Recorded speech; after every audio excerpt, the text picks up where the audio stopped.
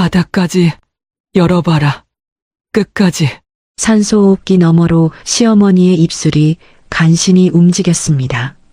중환자실의 새하얀 침대 위에서 뼈만 남은 앙상한 손이 며느리 수진의 손목을 붙잡았어요. 30년 긴 세월 동안 수진을 다그치기만 했던 손이었습니다. 그리고 공개된 유언장에는 아들에게 아파트와 상가 및 현금 5억 원을, 며느리에게는 기만상자를 남긴다고 적혀 있었습니다. 고작 기만상자라는 말에 남편은 코웃음을 쳤고 시누이는 킥킥거리며 수진을 조롱했어요. 하지만 49제가 끝나고 택배로 도착한 김상자를 열어본 순간 수진은 그 자리에 주저앉고 말았습니다. 그 안에서 나온 건 그 누구도 상상하지 못할 충격적인 것이었으니까요. 수진은 왜 그까짓 김상자 하나에 그토록 무너져 내렸을까요? 시어머니가 남긴 김상자 안에는 대체 무엇이 들어 있었을까요? 사연 시작하기 전에 무료로 할 수 있는 구독과 좋아요 부탁드립니다. 따뜻한 마음으로 잠깐 꾹꾹 눌러주시면 틀림없이 좋은 일이 찾아올 거예요. 2023년 겨울, 차가운 병실이었습니다. 인공호흡기가 규칙적으로 소리를 내고 있었고 하얀 형광등 불빛이 방 안을 차갑게 비추고 있었죠. 소독약 냄새가 코끝을 찔렀고 창밖으로는 회색빛 하늘이 보였습니다. 침대 위에는 뼈만 앙상하게 남은 노인이 누워 있었습니다. 한때는 큰 목소리로 집안을 호령하던 사람이었죠. 하지만 지금은 숨쉬는 것조차 기계의 도움을 받아야 할 만큼 쇠약해져 있었습니다. 시어머니였습니다. 그 침대 주위로 사람들이 모여 있었어요. 검은 정장을 입은 공증인이 서류 가방을 무릎 위에 올려놓고 앉아 있었고 그 옆에는 불안한 눈빛으로 연신 입술을 함는 남편이 서 있었습니다. 남편의 여동생인 시누이는 팔짱을 낀 채 계산적인 눈빛으로 침대 위 노인을 바라보고 있었죠. 그리고 구석에는 중년의 여자가 서 있었습니다. 수진이었습니다. 수진은 낡은 회색 니트를 입고 있었어요. 소매 끝이 조금 헤어진 그 옷은 3년 전에 산 것이었죠. 손은 앞으로 가지런히 모은 채 고개를 살짝 숙이고 서 있었습니다. 30년간 이 집안에서 배운 자세였어요. 눈에 띄지 않게 말없이 조용히 있는 것. 그게 며느리의 도리라고 배웠으니까요. 공증인이 서류 가방에서 두꺼운 봉투를 꺼냈습니다. 봉투를 여는 바스락거리는 소리가 조용한 병실에 크게 울렸어요. 그 순간 남편이 침을 꿀꺽 삼키는 소리가 들렸습니다. 시누이도 팔짱을 푼 채 한 발짝 앞으로 다가섰죠. 수진만 제자리에 서서 바닥을 내려다보고 있었습니다. 공증인이 입을 열었습니다. 고인의 유언에 따라 재산 분배 내용을 공개하겠습니다. 병실 안 공기가 팽팽하게 긴장되는 게 느껴졌어요. 남편의 눈이 반짝거렸고 시누이는 목을 길게 빼며 서류를 들여다보려 했습니다. 서울 강남구 소재 아파트 2채, 경기도 용인시 소재 토지, 서초구 소재 가게, 권리금 그리고 현금 5억 원. 남편의 입꼬리가 실룩거렸습니다. 애써 표정을 감추려 했지만 눈가에 번지는 기대감은 숨길 수가 없었죠. 시누이도 입술을 깨물며 다음 말을 기다렸습니다. 공증인이 서류를 한 장 넘겼습니다. 이상의 전 재산을 장남에게 상속합니다. 남편이 주먹을 불끈 쥐었습니다. 입술 사이로 작은 웃음이 새어나왔어요. 역시 어머니는 날 믿으셨어. 남편의 목소리에는 승리감이 묻어 있었습니다. 시누이가 눈을 흘기며 말했죠. 오빠만 받는 거야? 난? 공증인이 서류를 다시 확인하며 대답했습니다. 따님에 대한 별도 유언은 없습니다. 시누이의 표정이 굳었습니다. 입술이 파르르 떨렸어요. 하지만 곧 고개를 돌려 수진을 바라보았습니다.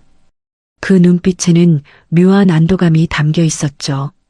적어도 저것보다는 낫다는 듯한 표정이었습니다. 공증인이 다시 입을 열었습니다. 그리고 며느리에게는 수진이 천천히 고개를 들었습니다. 30년이었어요. 이 집에 시집 온 지 정확히 30년이었습니다. 새벽같이 일어나 밥을 짓고 농사일을 돕고 가게를 보고 아이를 키우고 시부모님을 모셨죠. 특히 지난 3년은 쓰러진 시어머니를 하루도 빠짐없이 간병했습니다. 그 세월이 주마등처럼 스쳐 지나갔어요. 공증인의 입술이 움직였습니다. 기만상자. 잠시 정적이 흘렀습니다. 수지는 자신이 잘못 들은 줄 알았어요. 귀가 멍해지는 느낌이었습니다. 김이라고요? 기만상자라고요? 남편이 피식 웃음을 터뜨렸습니다. 뭐, 김? 그 웃음소리가 병실 안에 울려 퍼졌어요. 신우이도 손으로 입을 가리며 킥킥거렸습니다. 언니 축하해. 김이라도 받았네. 수진의 손이 떨리기 시작했습니다. 손가락 끝부터 시작된 떨림이 손목을 타고 팔 전체로 퍼져나갔어요. 가슴이 조여오는 것 같았습니다. 남편이 수진을 향해 고개를 돌렸습니다. 그 눈빛에는 조롱과 연민이 뒤섞여 있었어요. 30년 고생한 값이 기만상자래. 그래도 다행이다 뭐라도 받으니까. 수지는 아무 말도 할 수가 없었습니다. 목구멍이 바짝 마른 것 같았어요. 눈가가 뜨거워지는 게 느껴졌지만 이 사람들 앞에서 울고 싶지는 않았습니다. 30년이었습니다. 새벽 5시에 일어나 된장찌개를 끓이던 날들. 허리가 끊어질 것 같아도 논에 나가 모를 심던 여름날들.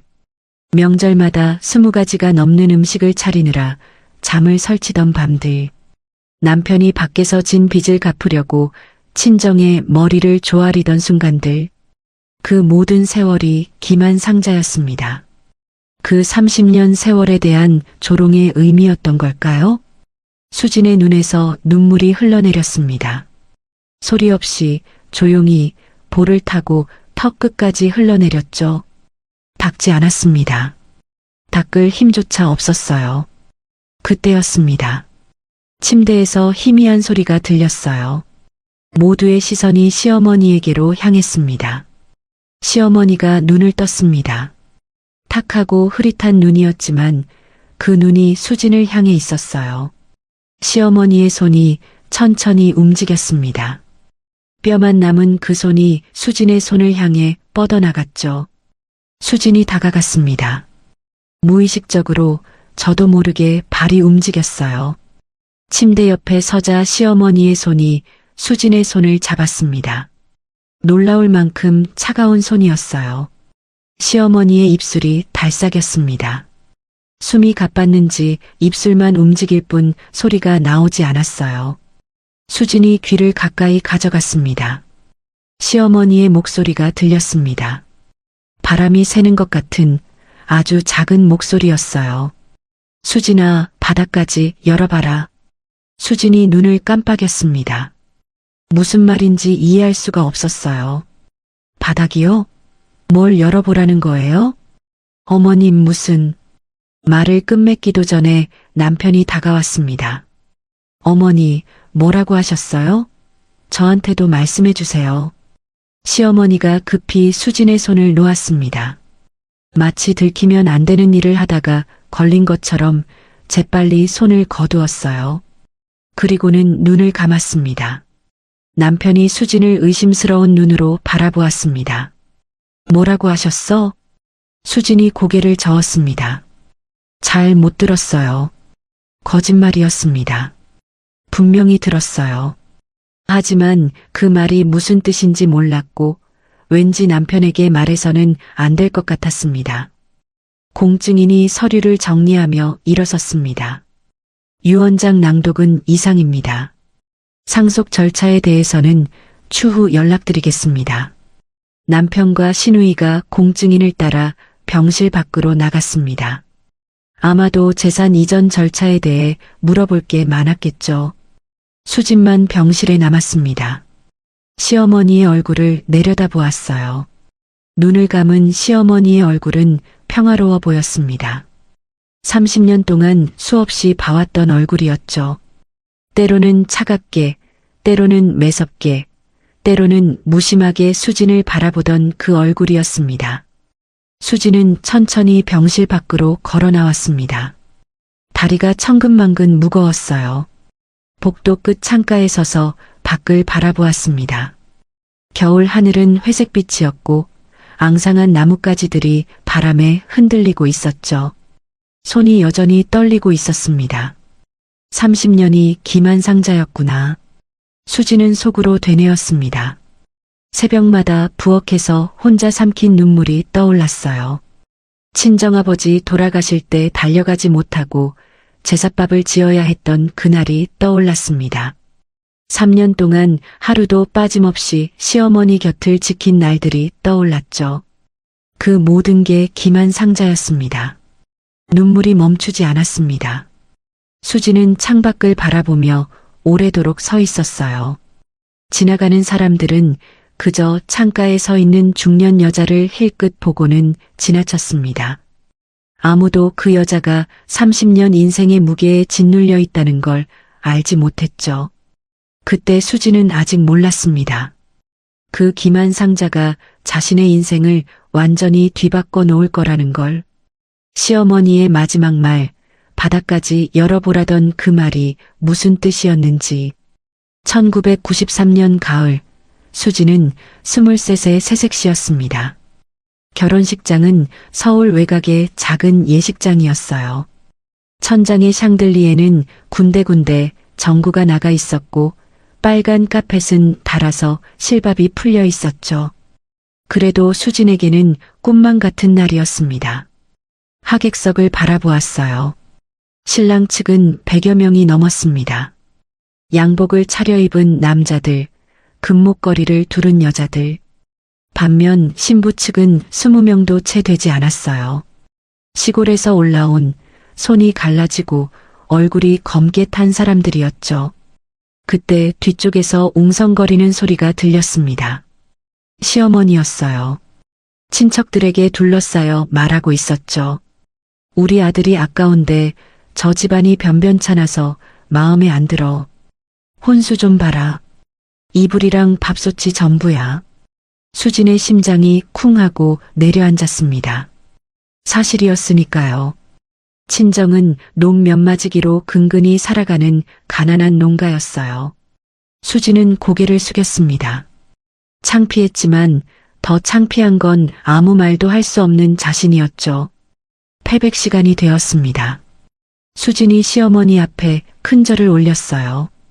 시어머니가 작은 상자를 내밀었습니다. 예물이다.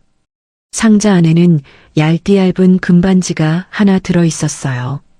옆에 선 시누이 손가락에는 두툼하고 화려한 금반지가 끼워져 있었죠. 시어머니가 말했습니다.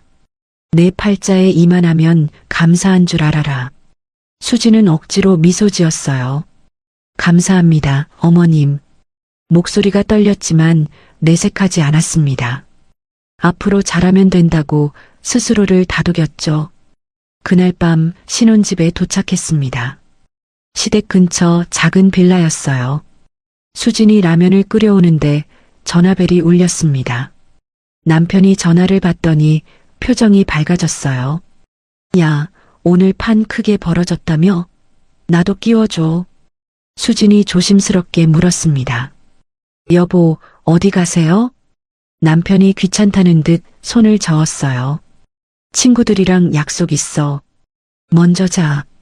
현관문이 닫혔습니다. 첫날 밤이었는데 남편은 어디론가 가버렸죠.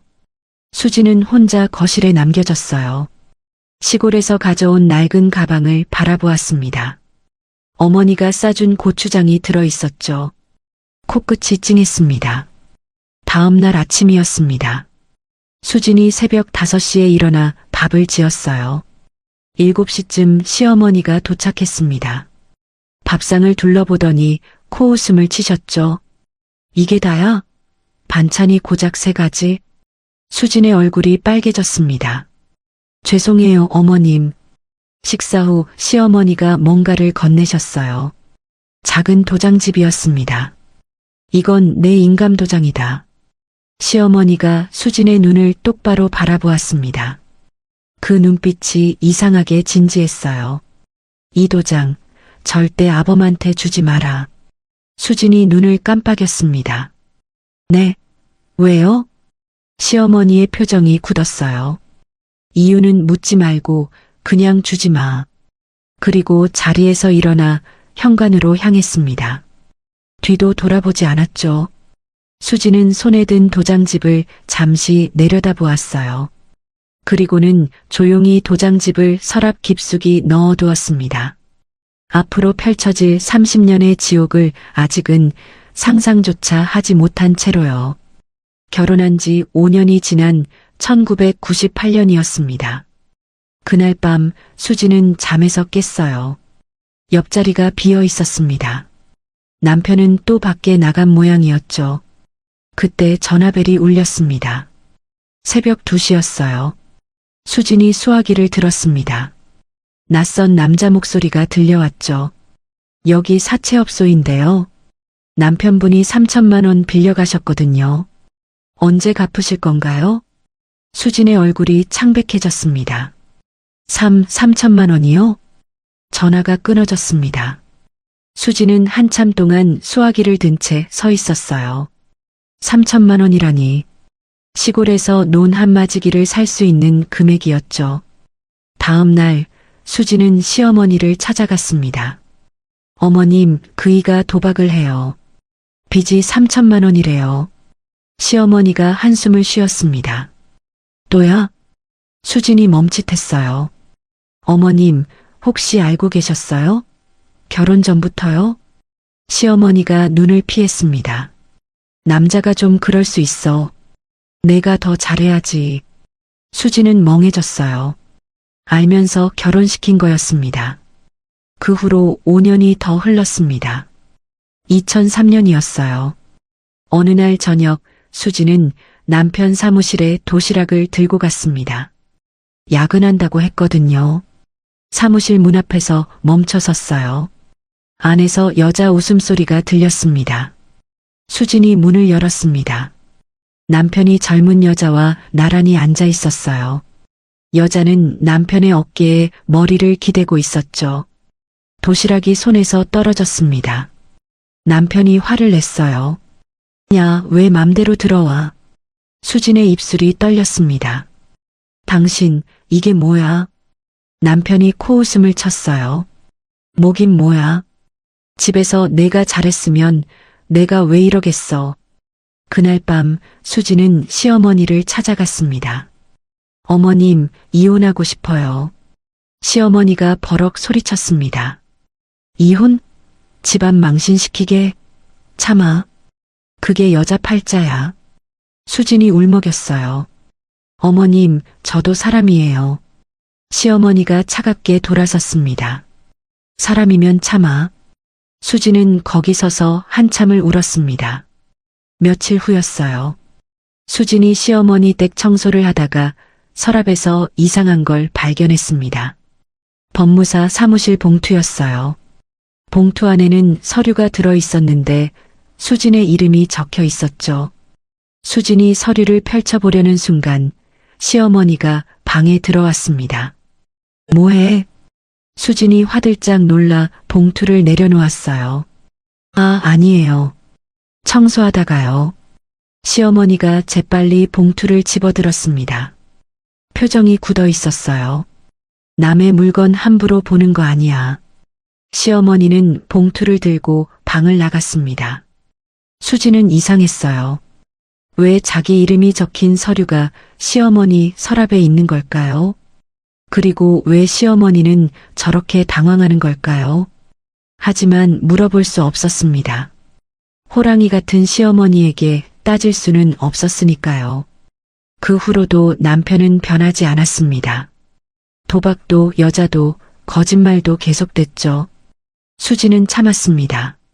참는 것 외에는 방법이 없었으니까요. 그리고 세월은 흘러갔습니다. 2008년 늦가을이었습니다. 결혼한 지 15년째 되던 해였어요.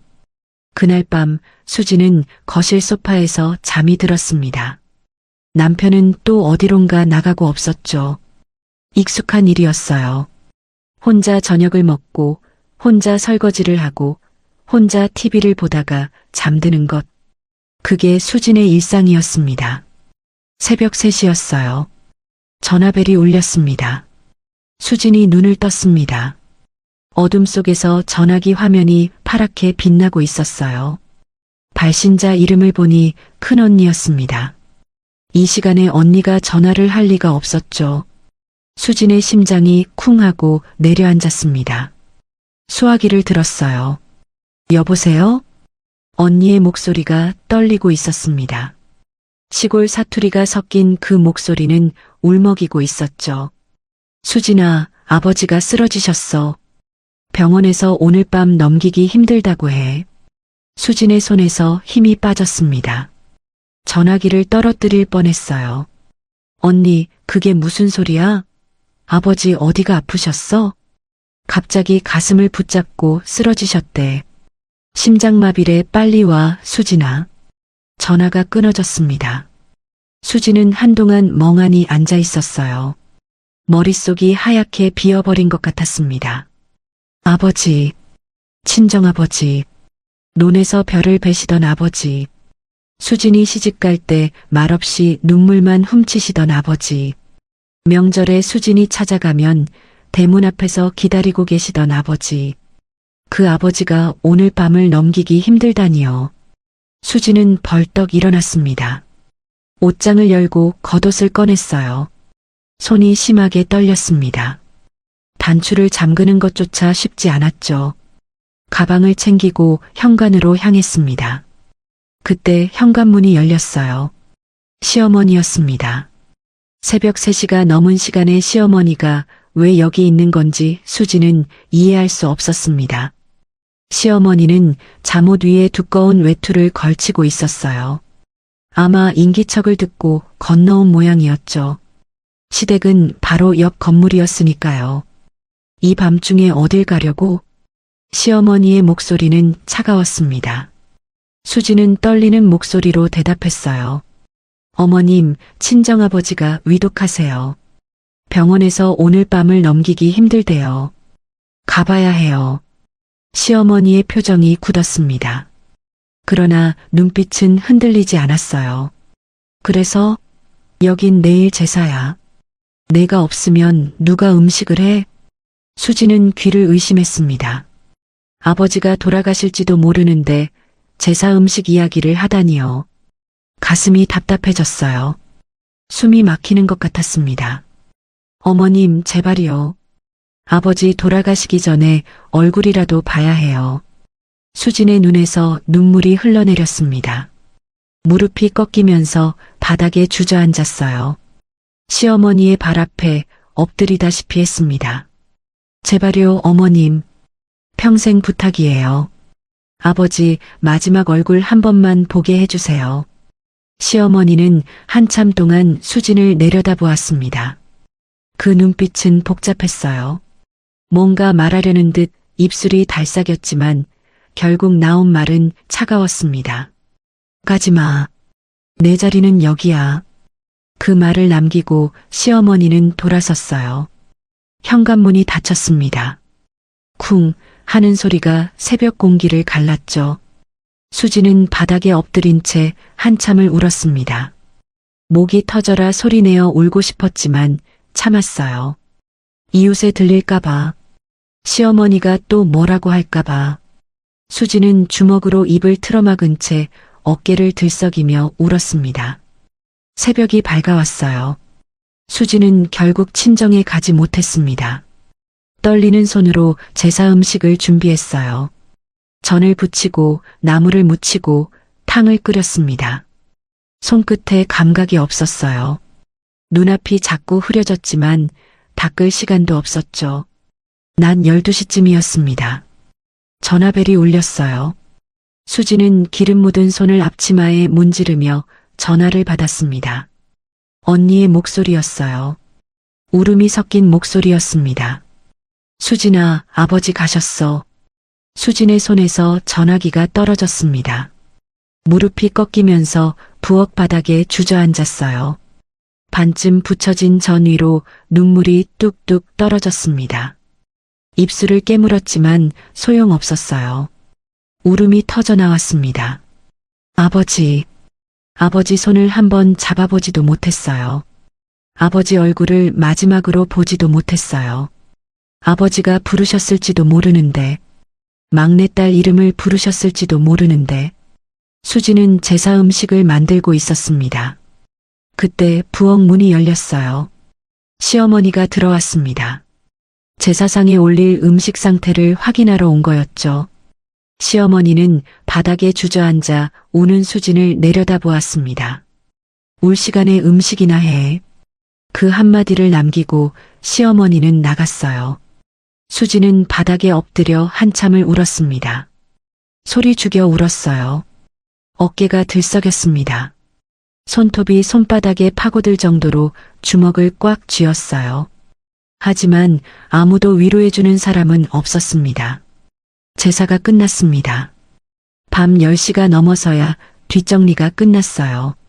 수지는 부엌 구석에 앉아 식은 밥을 몇 숟가락 떠먹었습니다. 목이 메어서 넘어가지 않았죠. 억지로 삼키다가 결국 밥그릇을 내려놓았어요. 그날 밤 늦게 수지는 잠이 오지 않아 거실에 나와 있었습니다. 그때 창문 너머로 이상한 게 보였어요. 시어머니 방에 불이 켜져 있었습니다. 이 늦은 시간에 시어머니가 깨어 계시다니 이상했죠. 수지는 무심코 창가에 다가갔어요. 시어머니 방 커튼 사이로 실루엣이 보였습니다. 시어머니가 창가에 서서 무언가를 들여다보고 있었어요. 어깨가 들썩이고 있었습니다. 울고 계신 걸까요? 수지는 눈을 비볐어요. 잘못 본 거라고 생각했습니다. 호랑이 같은 시어머니가 울 리 없으니까요. 하지만 시어머니의 어깨는 분명히 떨리고 있었습니다.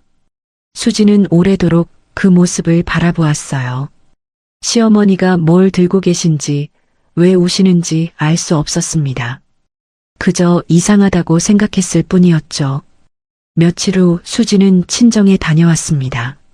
아버지 장례는 이미 끝나 있었어요. 봉분 앞에 엎드려 한참을 울었습니다.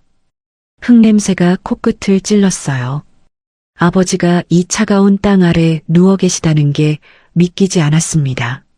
아버지, 죄송해요. 못 와서 죄송해요. 대답은 없었습니다. 바람만 불었어요. 마른 풀잎이 바스락거렸습니다. 수지는 그날 시어머니를 원망했습니다. 평생 용서하지 못할 것 같았어요. 아버지 임종을 보지 못하게 한 그 사람을 어떻게 용서할 수 있겠어요. 그 후로도 세월은 흘러갔습니다. 수지는 변함없이 시댁일을 했고, 변함없이 구박을 받았고, 변함없이 울음을 삼켰습니다. 친정아버지 기일이 돌아올 때마다 가슴이 아팠어요. 임종을 보지 못한 죄책감은 시간이 지나도 사라지지 않았습니다. 시어머니를 향한 원망도요. 그때는 몰랐습니다. 시어머니가 그날 밤 왜 울고 있었는지, 시어머니가 무엇을 들고 계셨는지, 그 모든 진실을 알게 되는 건 훨씬 나중의 일이었어요. 12년의 시간이 또다시 지나고 2020년의 봄이 찾아왔습니다. 결혼한 지 27년째 되던 해였어요. 그날 아침 수지는 시어머니 댁에서 청소를 하고 있었습니다. 여느 때와 다름없는 평범한 아침이었죠. 시어머니는 거실 소파에 앉아 TV를 보고 계셨어요. 갑자기 쿵 하는 소리가 났습니다. 수진이 고개를 돌렸어요. 시어머니가 바닥에 쓰러져 있었습니다. 입에서 거품이 나오고 있었고 온몸이 뻣뻣하게 굳어 있었죠. 어머님, 수진이 달려갔습니다. 시어머니의 얼굴은 창백했어요. 눈이 반쯤 뒤집혀 있었습니다. 수진은 떨리는 손으로 휴대폰을 꺼내 119에 전화했어요. 병원 응급실이었습니다. 의사가 가족들 앞에서 설명했어요. 뇌졸중입니다. 다행히 고비는 넘겼지만 후유증이 심합니다. 거동이 어려우시고 말씀도 잘 못하실 겁니다. 24시간 간병이 필요합니다. 남편이 고개를 저었어요. 난 사업 때문에 바빠. 어머니 간병까지 할 수는 없어. 신우이도 손사래를 쳤습니다. 오빠 나도 애들 셋을 키우는데 어떻게 해? 간병인 쓰면 안 돼? 남편이 인상을 썼어요. 간병인이 한 달에 얼만지 알아? 300만 원이야. 누가 그 돈을 내? 결국 아무도 나서지 않았습니다. 수진만 남았어요. 그렇게 3년의 간병이 시작되었습니다. 매일 새벽 5시에 수진은 시어머니 곁으로 갔어요. 기저귀를 갈고 몸을 닦아드리고 아침을 먹여드렸습니다. 말을 못하시는 시어머니 대신 표정을 읽어야 했죠. 눈썹이 찌푸려지면 어디가 불편한 거고 입술이 달싹이면 물을 달라는 거였어요. 점심때는 죽을 끓였습니다. 너무 뜨거우면 안 되니까 숟가락으로 후후 불어서 드렸어요. 한 숟가락 먹이는데 5분이 걸렸습니다. 삼키는 게 힘드셨거든요. 식사 한 끼에 1시간이 넘게 걸리기도 했어요. 오후에는 욕창이 생기지 않게 2~3시간마다 자세를 바꿔드렸습니다. 시어머니 몸무게가 50kg이 넘었어요. 수진의 허리는 매일 비명을 질렀습니다. 밤에는 파스를 붙이고 잠들었죠. 저녁에는 다시 기저귀를 갈았어요. 냄새가 났지만 얼굴을 찡그리지 않았습니다. 시어머니가 눈치채실까봐요. 밤에도 편히 잘 수 없었습니다. 새벽 2~3시에 시어머니가 끙끙거리시면 일어나야 했어요. 등을 토닥여드리고 물을 떠다드리고 다시 자세를 바꿔드렸습니다. 그렇게 하루가 지나고 일주일이 지나고 한 달이 지났어요. 수진의 얼굴에는 다크서클이 내려앉았습니다. 머리카락에 흰 머리가 부쩍 늘었어요. 손등은 거칠어지고 허리는 굽어갔습니다. 거울을 볼 때마다 자신이 얼마나 늙어가는지 느꼈어요. 명절이 되었습니다. 남편이 병원에 왔어요. 꽃다발을 들고 왔죠. 시어머니 손을 잡더니 말했습니다. 어머니, 아들 왔어요. 건강해지셔야죠. 5분이었어요. 딱 5분 있다가 남편은 일어섰습니다. 나 약속 있어서 먼저 가볼게. 수진아, 수고해. 현관문이 닫혔습니다. 신우이도 왔어요. 과일 바구니 하나 들고 왔죠. 시어머니 이마에 손을 얹더니 걱정스러운 표정을 지었습니다. 어머니, 많이 힘드시죠? 언니가 잘 돌봐드릴 거예요. 그리고 수진을 향해 말했어요. 언니 힘들겠다. 화이팅! 신우이도 10분 만에 떠났습니다. 수진만 남았어요. 텅 빈 병실에서 수진은 시어머니 손을 잡았습니다. 시어머니는 눈을 감고 계셨어요. 자는 건지 깨어 계신 건지 알 수 없었죠. 3년이 그렇게 흘러갔습니다. 어느 날이었어요. 손자들이 병문안을 왔습니다. 수진의 아들과 딸이었죠. 대학생이 된 아이들은 할머니 곁에 앉아 이런저런 이야기를 했어요. 시어머니가 힘겹게 입을 열었습니다. 말을 거의 못하시던 분이 손자들 앞에서는 애써 말씀하려 하셨어요. 너희 아빠가 다 벌어온 거야. 손자들이 고개를 끄덕였습니다. 시어머니가 수진을 힐끗 보며 말을 이었어요. 엄마는 돈 벌어온 적 없어. 수진의 가슴이 철렁했습니다. 숨이 막히는 것 같았어요. 3년 동안 24시간 곁을 지켰는데 잠도 제대로 못 자고 허리가 휘도록 간병했는데 그게 수진의 대우였습니다. 손자들이 간 뒤 수진은 화장실에 들어가 울었어요. 소리 죽여 울었습니다. 거울 속 자신의 얼굴이 너무 초라해 보였어요. 며칠 뒤 밤이었습니다. 수진은 시어머니 곁에서 졸고 있었어요. 의자에 앉은 채 고개를 떨군 자세였죠. 새벽 2시쯤이었습니다. 시어머니가 눈을 떴어요. 떨리는 손이 천천히 움직였습니다. 시어머니의 손이 수진의 손을 잡았어요. 차가운 손이었습니다. 수진이 눈을 떴어요. 어머님, 왜요? 어디 불편하세요? 시어머니의 눈에 눈물이 고여 있었습니다. 수진은 놀랐어요. 호랑이 같던 시어머니가 우는 모습은 처음이었거든요. 시어머니 입술이 달싹였습니다. 수진아. 네, 어머님. 미안하다. 수진의 눈이 커졌어요. 시어머니가 미안하다고 하시다니요. 30년 동안 한 번도 들어보지 못한 말이었습니다. 시어머니가 말을 이으려 했어요. 그리고 사실은 그때 병실 문이 열렸습니다. 남편이 들어왔어요. 이 늦은 시간에 웬일인지 남편이 나타난 거였죠. 어머니, 갑자기 걱정돼서 왔어요. 시어머니가 재빨리 수진의 손을 놓았습니다. 마치 들키면 안 되는 일을 하다 걸린 것처럼요. 그리고 눈을 감았어요.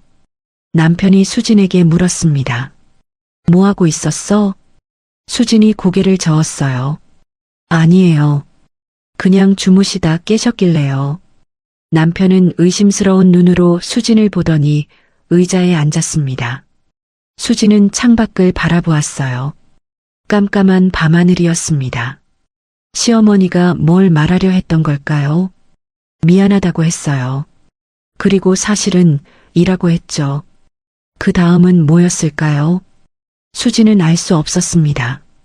유언장 낭독이 끝난 직후였습니다. 병실 안은 무거운 침묵으로 가득 차 있었어요.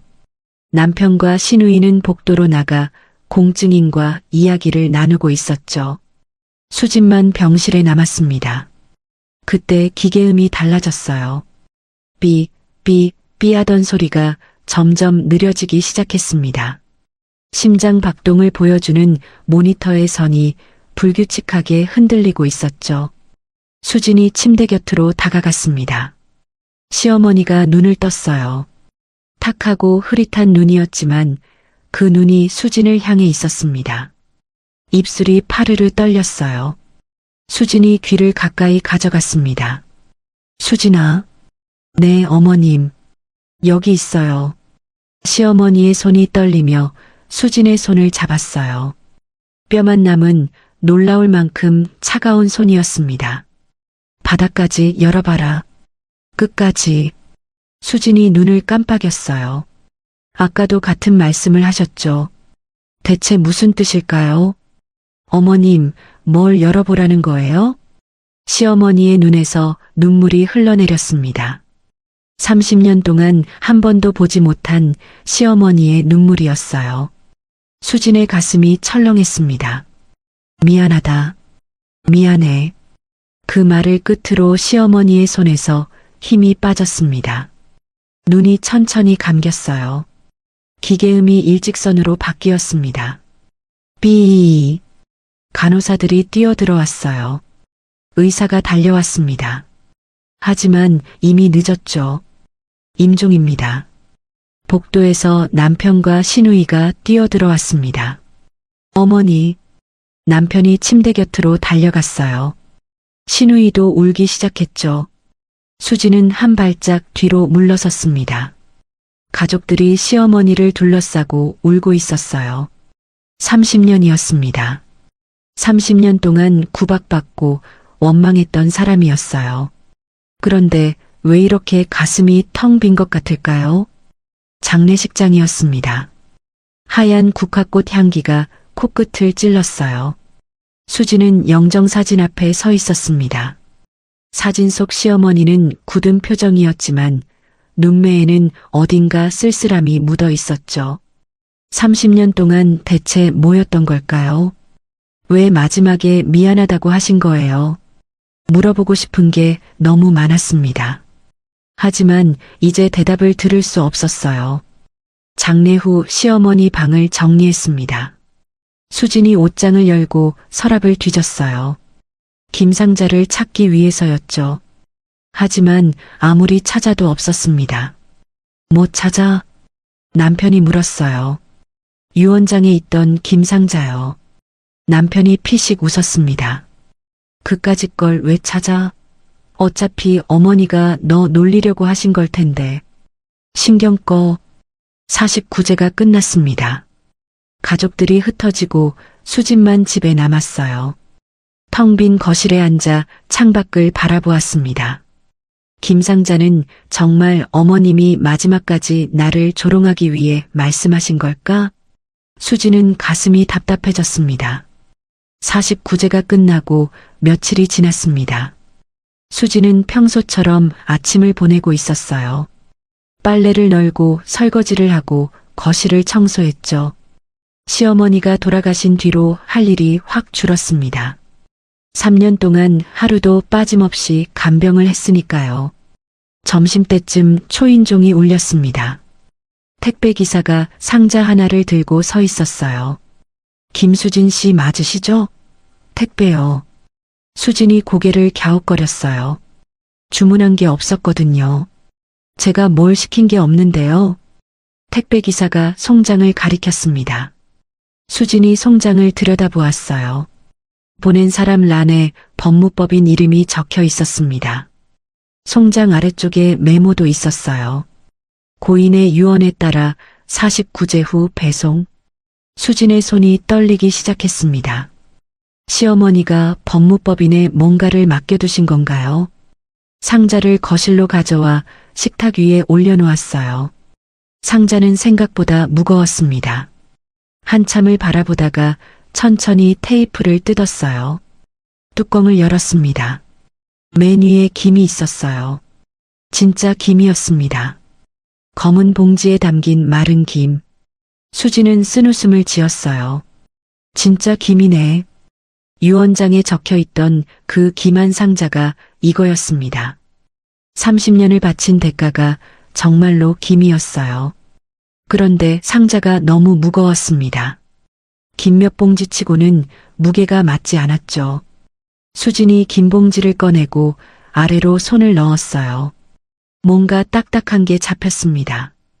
두툼한 갈색 서류 봉투였어요.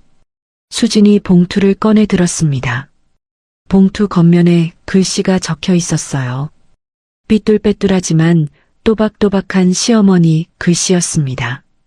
수진아, 이건 내 거다. 수진의 심장이 멎는 것 같았어요. 떨리는 손으로 봉투를 열었습니다. 서류들이 쏟아져 나왔어요.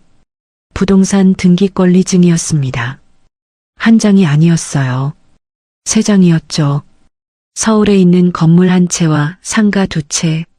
소유자 란에 적힌 이름은 김수진이었습니다. 예금 통장도 있었어요. 수진이 통장을 펼쳐보았습니다. 잔액은 7억 원. 계좌 명의도 김수진이었죠. 자필 편지 3장도 들어있었어요. 그리고 밀봉된 작은 봉투 하나.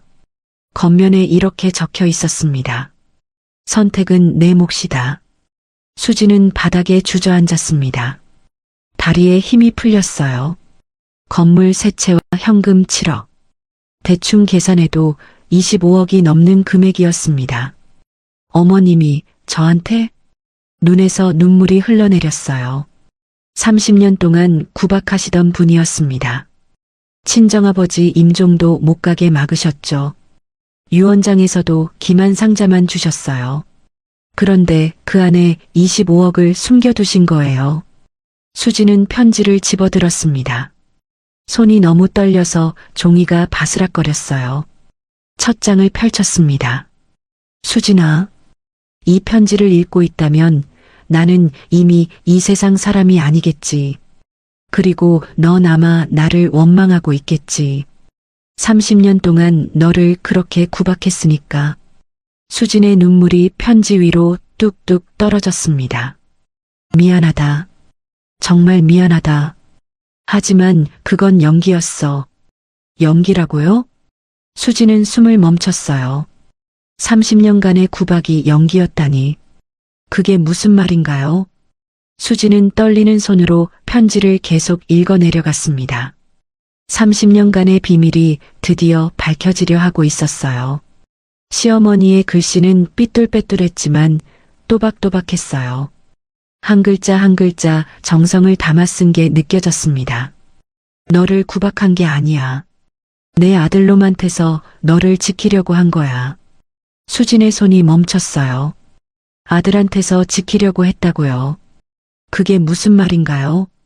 그놈이 어떤 놈인지 세상에서 나보다 잘 아는 사람 없어. 도박의 여자의 사기에.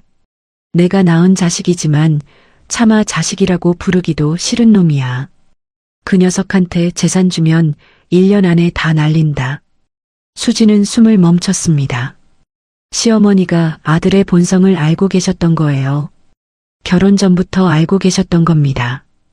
근데 내가 너한테 대놓고 재산 주면 그 녀석이 너한테 뭔 짓을 할지 몰라. 이혼하자고 해도 재산 뺏으려고 온갖 짓 할 거고 협박하고 때리고 어쩌면 더 무서운 짓도 할 수 있어. 그래서 30년 동안 널 일부러 구박했어. 그 녀석이 며느리한테는 줄 게 없다고 믿게 만들려고. 그래야 내가 안전하니까. 수진의 눈에서 눈물이 흘러내렸어요. 30년간의 구박이 자신을 지키기 위한 연기였다니. 내가 새벽에 부엌에서 혼자 우는 거 나 다 알았어.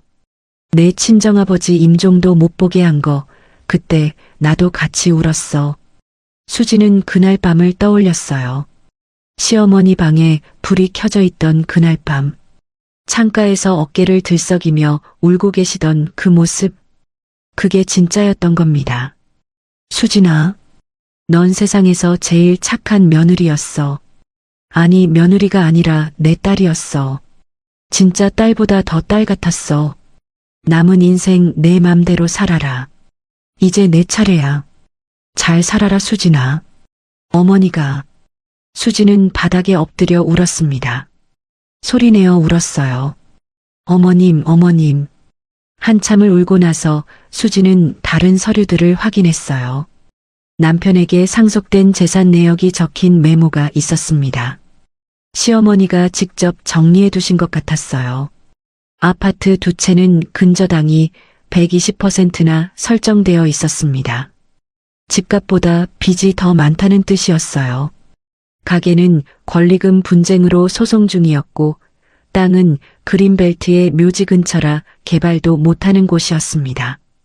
현금 5억은 실제로 3천만 원밖에 없었어요. 수지는 멍해졌습니다. 시어머니가 아들에게 준 건 독이 든 유산이었어요. 겉으로는 화려해 보이지만 속은 텅 빈, 오히려 손해만 보는 재산들이었습니다. 반면 자신에게 준 건 진짜 알짜 재산이었죠.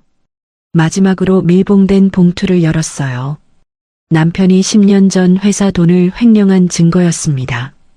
계좌 내역, 녹취록, 목격자 진술서까지. 시어머니가 10년 동안 모아두신 것이었어요. 어머님, 대체 얼마나 준비하신 거예요? 편지 마지막에는 이런 말도 적혀 있었습니다. 내가 죽고 나서도 1년은 참아라. 그 1년 동안 그 녀석이 자기 받은 재산 다 날릴 거야. 수지는 결심했어요. 시어머니 말씀대로 1년을 기다리기로요. 그동안 아무에게도 이 사실을 말하지 않기로 했습니다. 30년간 원망했던 시어머니. 그분이 사실은 자신을 가장 사랑해 주신 분이었습니다. 1년이 지났습니다. 시어머니 말씀대로였어요. 남편은 유산을 받자마자 새 사업을 시작했습니다. 이번엔 진짜 대박 난다. 감이 딱 왔다니까? 남편은 자신만만했어요. 아파트를 담보로 돈을 빌리고 가게 권리금을 끌어다 쓰고 땅까지 팔려고 했죠. 하지만 땅은 팔리지 않았어요. 그린벨트의 묘지 근처라 아무도 사려고 하지 않았거든요. 3개월 만에 사업이 망했습니다. 남편이 투자한 회사가 부도가 났어요. 돈은 한 푼도 건지지 못했죠. 남편은 다른 사업을 찾아 나섰지만 번번이 실패했습니다. 6개월이 지나자 아파트가 경매에 넘어갔어요. 근저당이 너무 많아서 경매로 팔아도 빚을 다 갚지 못했습니다. 오히려 빚만 더 늘어났죠. 1년이 되자 남편은 완전히 망했어요. 채권자들에게 쫓기는 신세가 되었습니다. 예전의 건방진 모습은 온데간데 없었어요. 양복 대신 낡은 점퍼를 입고 구두 대신 찢어진 운동화를 신고 다녔죠. 어느 날 저녁이었습니다. 현관문이 열리더니 남편이 들어왔어요. 초라한 행색이었습니다. 얼굴은 수염이 덥수룩하게 자라 있었고 눈 밑에는 짙은 다크서클이 내려앉아 있었죠. 여보, 남편의 목소리가 떨리고 있었어요. 예전처럼 큰 소리 치던 모습은 찾아볼 수 없었습니다. 나 좀 도와줘. 당신 나 몰래 뭐 저축해 놓은 거 없어? 적금이든 뭐든 뭐라도 있을 거 아냐? 수지는 가만히 남편을 바라보았습니다. 30년 동안 자신을 무시하고 구박하던 그 남자가 이제는 손을 벌리고 있었어요. 남편이 무릎을 꿇었습니다. 제발, 이번만 넘기면 돼. 평생 부탁이야. 수지는 천천히 일어났어요. 식탁으로 걸어가 서랍을 열었습니다. 서류 봉투를 꺼내 식탁 위에 올려놓았죠. 저축 있냐고 물었죠? 있어요. 남편이 고개를 들었어요. 눈에 희망이 번뜩였습니다. 수진이 등기권리증을 꺼냈어요. 18억짜리 건물이에요. 남편의 입이 벌어졌습니다. 수진이 통장을 꺼냈어요. 7억 예금도 있어요. 남편의 얼굴이 굳었어요.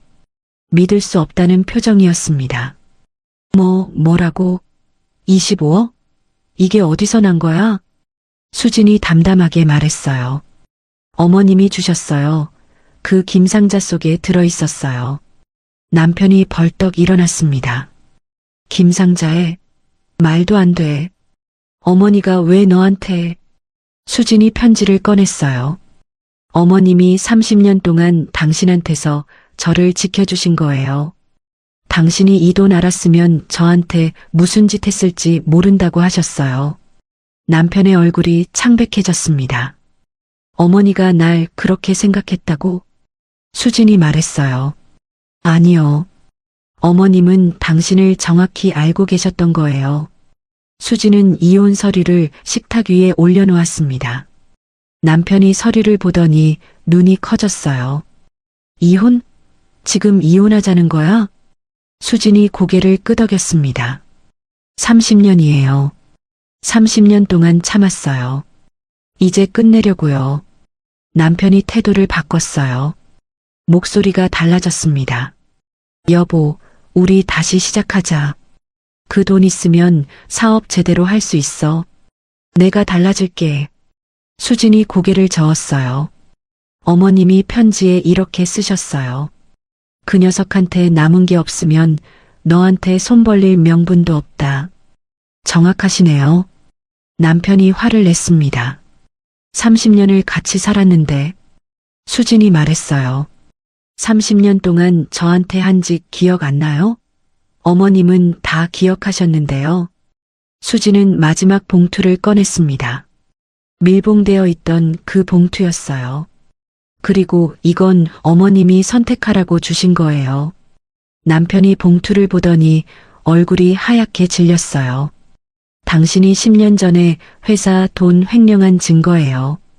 남편이 뒷걸음질 쳤습니다. 그건 수진이 말했어요. 전 선택했어요. 며칠 후였습니다. 경찰이 집으로 왔어요. 남편은 수갑을 차고 연행되었습니다. 이웃들이 구경하러 나왔지만 수지는 신경 쓰지 않았어요. 시누이와 친척들에게서 연락이 쏟아졌습니다. 언니, 우리 얘기 좀 해요. 형수님, 사정이 있었어요. 수지는 문자 하나만 보냈어요. 전화번호 바꿉니다. 찾지 마세요. 그리고 휴대폰을 꺼버렸습니다. 수지는 창밖을 바라보았어요. 하늘이 맑았습니다. 30년 만에 처음으로 가슴이 시원했어요. 시어머니의 얼굴이 떠올랐습니다. 어머님, 저 이제 자유해요. 눈물이 흘러내렸지만 입가에는 미소가 번졌습니다. 슬픔이 아니라 해방의 눈물이었어요. 이혼 후 수지는 시골 친정집을 찾았습니다. 오랜만에 보는 고향 풍경이었어요.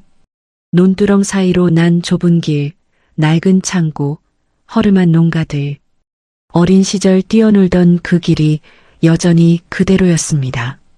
수지는 산길을 올랐어요. 친정 부모님 산소가 있는 곳이었죠. 풀이 무성하게 자란 오솔길을 따라 한참을 걸었습니다. 산소 앞에 도착했어요. 두 개의 봉분이 나란히 있었습니다. 친정아버지와 친정어머니. 수지는 봉분 앞에 무릎을 꿇고 앉았어요.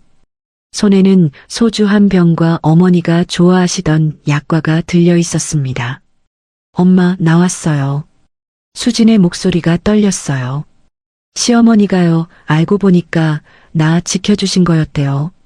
30년 동안 일부러 미운 척 하신 거래요. 그 독한 어머님이 날 딸이래요, 엄마. 바람이 불었습니다.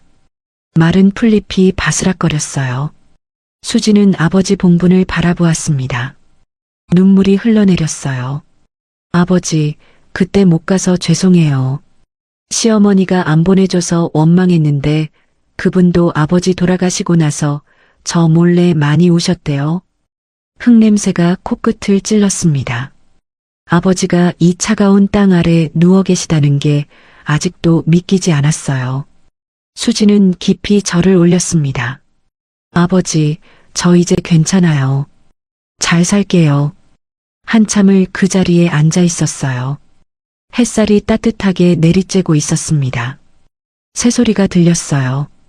평화로운 오후였습니다. 수지는 일어나 산을 내려왔어요. 다음으로 향할 곳이 있었습니다. 시어머니 산소였어요. 차를 타고 1시간쯤 달렸습니다. 시어머니 산소는 도시 외곽의 공원묘지에 있었어요. 잘 정돈된 잔디밭 사이로 묘비들이 줄지어 서 있었습니다. 수지는 시어머니 묘비 앞에 섰어요. 손에는 김 한 봉지가 들려 있었습니다. 그 김상자에 들어있던 바로 그 김이었죠. 묘비 앞에 김을 올려놓았습니다. 어머님, 저 왔어요. 수진의 목소리가 갈라졌어요. 이제야 알았어요. 30년 동안 저 미워한 게 아니라 지켜주신 거였네요. 눈물이 흘러내렸습니다. 볼을 타고 턱 끝까지 흘러내렸어요. 그 오랜 세월 동안 혼자 얼마나 힘드셨어요. 저한테 미운 소리 하고 나서 몰래 우셨죠? 저 알아요. 이제 다 알아요. 바람이 불었습니다. 나뭇잎이 살랑살랑 흔들렸어요. 어쩌면 어머님이 친정 엄마보다 더 오래, 더 가까이서 절 지켜주셨어요. 수지는 무릎을 꿇었습니다. 묘비 앞에 엎드리듯 앉았어요. 다음 생에는요, 어머님이 제 딸로 태어나 주세요. 그때는 제가 어머님 지켜드릴게요. 큰 절을 올렸습니다. 이마가 땅에 닿도록 깊이 절했어요. 하늘에서 햇살이 내리쬐었습니다. 따뜻한 빛이 수진의 등을 감싸 안았어요. 마치 시어머니가 등을 토닥여 주시는 것 같았습니다. 수진은 오래도록 그 자리에 앉아 있었어요. 울다가 웃다가 또 울었습니다. 해가 기울기 시작했어요. 노을이 하늘을 붉게 물들이고 있었습니다. 수진은 일어나 묘비를 바라보았어요. 시어머니 이름이 새겨져 있었습니다. 생전에는 한 번도 부르지 못했던 그 이름. 안녕히 계세요, 어머님. 또 올게요. 수지는 돌아섰습니다. 공원묘지 출구를 향해 걸었어요. 걸음이 가벼웠습니다. 30년 동안 짊어지고 있던 짐을 내려놓은 것 같았어요. 시어머니는 30년간 악역을 자처했습니다. 아들에게도 세상에게도 며느리에게조차 미움받는 역할을요. 그 긴 세월 동안 단 한 번도 속마음을 보이지 않았어요. 그게 자식보다 더 자식 같은 며느리를 지키는 유일한 방법이었으니까요. 김한 상자. 그 안에는 25억 원어치 재산이 아니라 30년간의 사랑이 들어 있었습니다. 세상에서 가장 무뚝뚝하고 세상에서 가장 따뜻했던 어머니의 마지막 선물이었어요. 수지는 새 삶을 시작했습니다. 자신만의 집을 마련하고 오래전부터 하고 싶었던 작은 꽃집을 열었어요. 매일 아침 꽃에 물을 주며 하루를 시작했습니다. 가게 한쪽에는 시어머니 사진이 놓여 있었어요. 장례식장에서 쓰던 영정 사진이 아니라 젊은 시절 환하게 웃고 계신 사진이었습니다. 수지는 매일 그 사진을 보며 인사했어요. 어머님, 좋은 아침이에요. 쏟아지는 햇살을 받아 밝게 빛나는 사진 속 시어머니의 얼굴이 생전에 그 어느 때보다 편안해 보였습니다.